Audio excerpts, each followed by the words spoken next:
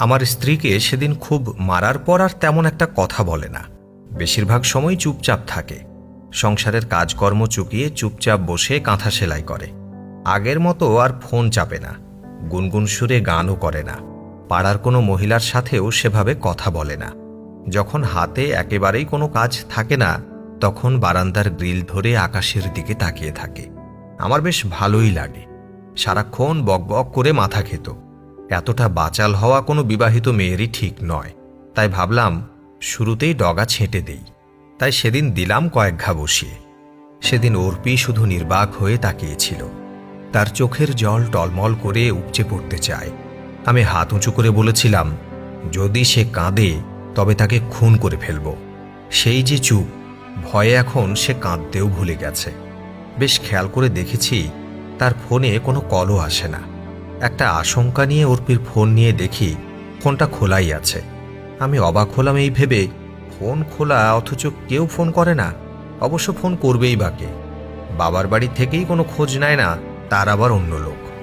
কয়েকজন বান্ধবীর সাথে দেখতাম নিয়মিত কথা বলতো, এখন তাও বলছে না।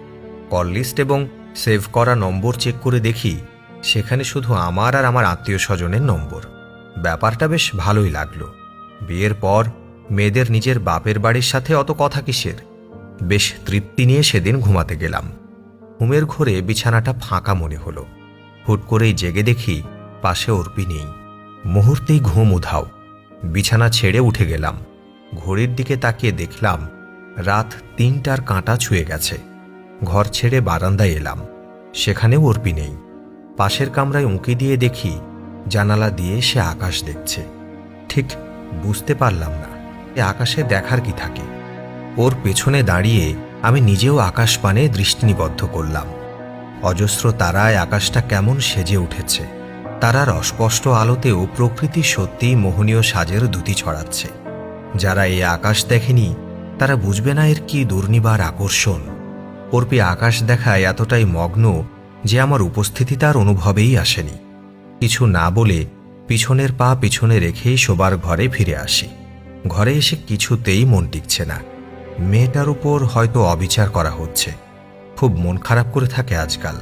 যা বলি শুধু তারই উত্তর দেয়। যা বাজার করি তাই রান্না করে। বিগত ৬টি মাস ধরে সে মুখ ফুটে কিছুই খেতে চায়নি। কেমন যেন বোবা হয়ে গেছে। আদরেও নির্লিপ্ত থাকে, শাসনেও তাই। কেমন যেন জড় পদার্থের মতো হয়ে গেছে। খাঁচাই ভরা পাখির মতো মাঝে মাঝে ছটফট করে সে। তবে কি অর্পি মুক্তি চায়? মনটা খুব